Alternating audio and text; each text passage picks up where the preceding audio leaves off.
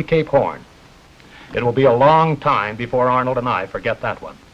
You know Arnold, of course, if you've seen the first picture, Rough Road to Panama. It tells the first half of this story you will now see, an attempted automobile trip from Washington, D.C. to Cape Horn. Rough Road to Panama tells the story as far south as the Panama Canal.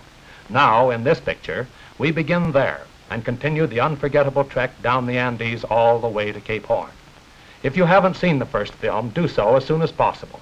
It will help you understand what is back of the story you now see. The route of this present film takes us from Buenaventura here, where we have landed from a boat which brought us down from the Panama Canal, then on up to Bogota, the capital of Colombia, then south again through Quito, Ecuador, through Lima, Peru, and down to Arequipa. Then we climb the Andes, 16,000 feet in the sky, and cross Bolivia's desolate uplands and on down here to Buenos Aires.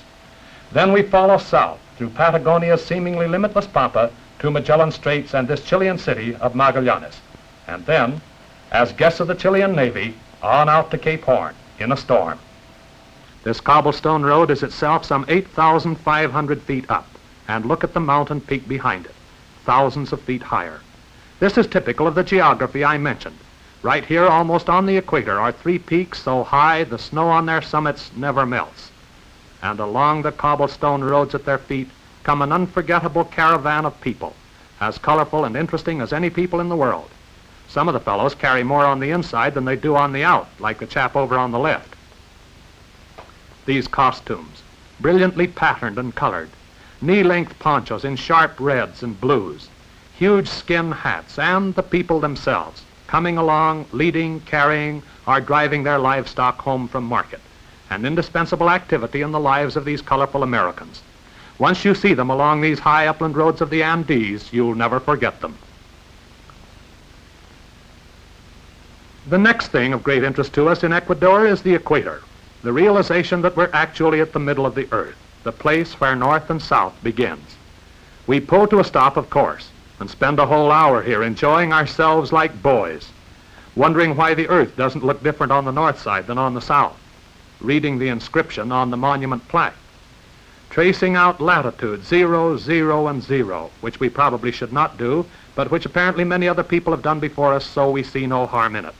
Then Arnold, always wanting to do things to remember, stands and grins with one foot on the north side of the earth and one on the south. And in back of him, you can easily see one of those great mountains of the equator, so high the snow on its summit never melts.